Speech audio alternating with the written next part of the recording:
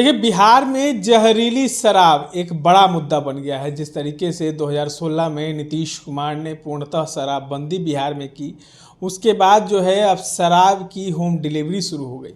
हाँ, home delivery तो शुरू हुई ही, एक तरफ सरकार के लिए बड़ी फजीहत भी हो गई।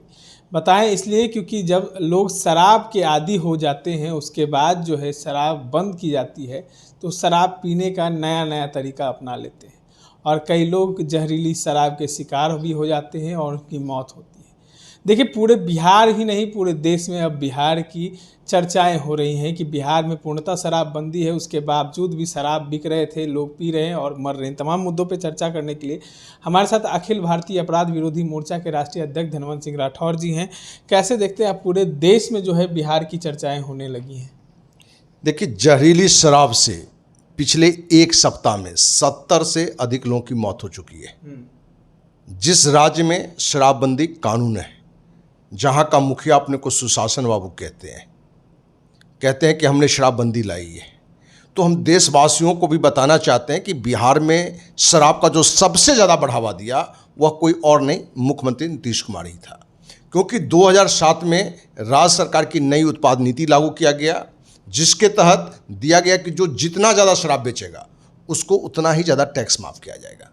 तो जो व्यक्ति शराब को बढ़ाया हो, बिहार के गांव-गांव तक शराब की दुकान खोल दिया हो, स्कूल, कॉलेज, हॉस्पिटल, मंदिर, मस्जिद, गुरुद्वारा, गिरजाघर, सब जगह शराब की दुकान खोल दिया हो, वो व्यक्ति शराबबंदी कानून लाता है। क्या उसके पीछे उसकी कोई पॉजिटिव सोच था या निगेटिव सोच था? तो पूरी तरह से उसकी निगेटिव नज़रिया था। अपने लिए उसका पॉजिटिव था, लेकिन राज्य के लिए, बिहार वासियों के लिए निगेटिव था। उसका था कि भाई लोग को लगे कि शराबबंदी कानून हो गया है, और जो शराबबंदी, शराब के कारोबार से जो पैसे आ रहे हैं, क्योंकि नीतीश को ये पता चलने लगा था कि बहुत बड़ा पैसा इसमें है, जो राजस्व को आता है, बिहार सरकार को आता है, जिससे बिहार के गरीबों में बांटना पड़ता है, सारे कार्य में लगाना पड़ता है। तो क्यों नहीं उस पैसे को हम, हमारे जो चोट टीम है वो, या जो भ्रष्ट लोग हैं उनमें ये विषय बटे। तो उन्होंने शराबबंदी कानून ला दी, और जो आज बिहार की पोजीशन है कि पर डे जहरीली शराब या शराब पीने से लोग मर रहे हैं, लेकिन जहाँ थोक में, एक थोक शब्द में जब एक बार में काफ़ी लोग मरे तो पूरे हाहाकार पूरे बिहार में, पूरे देश में हो रहा है। सारी मीडिया भी चिल्ला रहा है कि अनर्थ हो गया। अरे भैया, यहाँ रोज़ मर रहा है, लेकिन कम दूरी में ज़्यादा संख्या में मौत हुई, इसलिए आपको मौका मिल रहा है बोलने का। 70 से अधिक लोगों की मौत हो चुकी है। काफ़ी लोगों ने अपने आँख की रोशनी खो दी है। तो जहाँ केंद्रीय स्वास्थ्य परिवार कल्याण मंत्रालय की रिपोर्ट बार बार चिल्ला चिल्ला के कह रहा है कि बिहार में जहाँ शराबबंदी कानून है उससे कम महाराष्ट्र के लोग पी रहे हैं, जहाँ शराबबंदी कानून नहीं है, वहाँ से लगभग 25 से 30% शराब ज़्यादा बिहार का लोग पी रहा है। तो इस तरह के शराबबंदी कानून का कोई मतलब नहीं रह जाता है। तो नीतीश कुमार इसको खोल क्यों नहीं दे रहे हैं? क्यों अपने बिहार के लोगों को मरता देख रहे हैं? देखिए, एक शब्द है ईगो। तो एक तो ईगो की बात भी है, अहंकार। दूसरा, इस कारोबार से जो एक बड़ा इनकम आ रहा है, जो 25,000 करोड़ का नुकसान हो रहा है बिहार का, क्योंकि केंद्रीय स्वास्थ्य परिवार कल्याण मंत्रालय की रिपोर्ट के अनुसार लगभग 25,000 करोड़ रुपये का बिहार का नुकसान हो रहा है। तो ये पैसे कहाँ बट रहे हैं? तो नीतीश में, नीतीश के मंत्री में, नीतीश के सारे अधिकारी में, सिपाही से लेकर डीजीपी तक में, शराब माफिया में, और लगभग सभी राजनीतिक दल से काफ़ी लोग इस अवैध शराब कारोबार में शामिल हैं। इसीलिए विपक्ष नहीं बोल रहा है। इसलिए विपक्ष बोल रहा है तो हल्का, मैंने मजाकिया स्टाइल में बोल रहा है, फुहरपन में बोल रहा है। क्योंकि आपको सच्चाई दें कि इक्का दुक्का नहीं, हर विधानसभा में लगभग सारे राजनीतिक दल से कुछ ना कुछ लोग शराब के अवैध कारोबार में शामिल हैं। तो ये तो जो भी लोग गलत थे, वो भले किसी भी पार्टी में हो या किसी भी क्षेत्र में हो, वो इस लाइन में लगा हुआ है।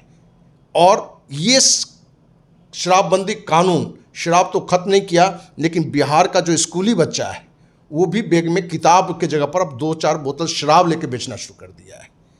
तस्करी के कार्य में लग गया है, महिला तस्करी के कार्य में लग गया है। तो जिस कानून से राज्य को फायदा नहीं हो, क्योंकि मेरे जैसा व्यक्ति जिसने एक बूंद चाय भी कभी नहीं पिया, एक टुक कसेली नहीं खाया, पान नहीं खाया, शराबबंदी कानून के खिलाफ में जब नीतीश 2007 में उत्पाद नीति लाई थी, तो हम 10 दिन इनकम टैक्स कानून पर अनिश्चितकालीन आमरण पर भी बैठे थे, और विभिन्न राजनीतिक दल के विधायक के द्वारा, जनप्रतिनिधि के द्वारा हमें ये आग्रह किया गया था कि जो सरकार ने नई उत्पाद नीति लाई है उस पर रोक लगाने का हम लोग प्रयास करेंगे, आपका साथ देंगे, आप अनशन तोड़ें। तो जो नीतीश ने शराब को बढ़ाया था उसने दूसरा नया ढोंग कर दिया। तो नीतीश कुमार कहीं ना कहीं बिहारवासी को बुद्धू बुझते हैं और कहीं ना कहीं इनके जाल में आ भी रहा है। और बुद्धू तो बुझते तो इनको बहुमत मिलता अकेला।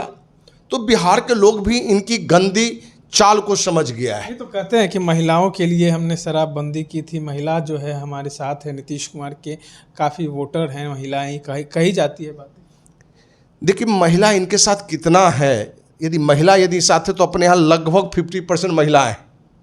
तो नीतीश कुमार की सरकार अकेले बनती तो बिहार के तीसरे नंबर की पार्टी कहाँ है, क्यों है, ये आपको भी समझना पड़ेगा। तो तीसरे नंबर की पार्टी है तो बिल्कुल दर्शाता है कि इनके पास पहली बात कि महिला लोग नहीं हैं जो महिला की गीत गा रहे हैं। कहीं ना कहीं इन्होंने दलित को महादलित किया, पिछड़ा अति पिछड़ा में भेदभाव बनाया। तो जातीय रंग देके जो या वोट धार्मिक रंग देके जो इन्होंने वोट बटोरा, यही इनकी पूंजी है। रामविलास पासवान दलित सीना लेके अपना खेल खेल रहे थे राजनीति का, तो नीतीश कुमार ने उसको दलित को उसमें से एक पासवान छोड़ के सबको महादलित कर दिया। तो वो सभी महादलित एक बार इनके जाल में आके इनको वोट कर दिया। तो ये राजनीति है, लेकिन कहीं से बिहार की जनता का हित नहीं है, बिहार के लोगों का हित नहीं है। इसलिए इस तरह के शराबबंदी कानून जो कि धरातल पर नहीं हो, सिर्फ पेपर पर हो, उसकी कोई आवश्यकता नहीं है। और यही कारण है कि जनसुराज जैसे जो नया विकल्प बन के बिहार में आया है, वो पूरी तरह से कहा है प्रशांत किशोर कि जब भी जनसुराज की सरकार बनेगी 1 घंटे में शराबबंदी कानून को हम खत्म कर देंगे और इससे जो भी राजस्व की प्राप्ति होती है हम बिहार के विकास में लगाएंगे। हाँ, तो बिहार के विकास में देखिए नीतीश कुमार लगातार जो है केंद्र सरकार से विशेष राज्य की दर्जे की मांग करते थे, लगातार कर भी रहे थे। अब जब सत्ता में बीजेपी के साथ आए हैं तो विशेष राज्य की दर्जे की मांग तो अभी हो नहीं रही है, लेकिन जो विशेष पैकेज की है वो भी अभी तक मांग लगातार वो कर रहे हैं। मतलब बिहार को अब मांगना पड़ता है केंद्र सरकार से। देखिए हर चीज़ की एक प्रक्रिया है। आप केंद्र सरकार से मांगे, अब तो सरकार ही आपकी है। और आज नीतीश इस स्थिति में है कि जितना दबाव बनाएंगे नरेंद्र मोदी को झुकना पड़ेगा, केंद्र को झुकना पड़ेगा। तो ये झुकाने का प्रयास राज्य के हित में करना हो तब तो इनको तो अपना हित देखना है कि मेरी सत्ता कैसे बनी रहे। ये तो मांगना तो पड़ रहा है ना, अगर राजस्व आता बिहार सरकार के पास तो फिर दो तरीका है। एक बच्चा जो है सो सिर्फ सोए माँ से दूध पीने का उम्मीद कर रहा है और एक जोर जोर से रो रहा है, तो दोनों में थोड़ा अंतर होता है। जब जोर जोर से रोने की आवाज़ होता है तो माँ जाकर उसको दूध पिलाता है।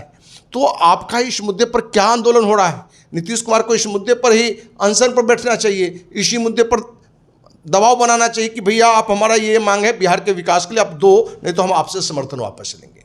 दबाव तो इस तरीके से होता है। तो वहाँ तो ये गलमिलवल कर रहे हैं क्योंकि नीतीश को भी मालूम है कि मेरी स्थिति अब अगले चुनाव तक नहीं के बराबर है, नहीं बराबर है। तो वो तो उस रणनीति में अब लगे हुए हैं कि अगले बार भी हम सत्ता में, क्योंकि ये चाहते हैं कि हम मुख्यमंत्री की कुर्सी पर रहते हुए मरें या इससे कुछ ऊपर, यदि भाजपा वाले हमको उपराष्ट्रपति बना दें, कुछ बना दें, तो उस कुर्सी पर रहते हुए हम स्वर्गीय फलाना कहलाए, ठीक ना।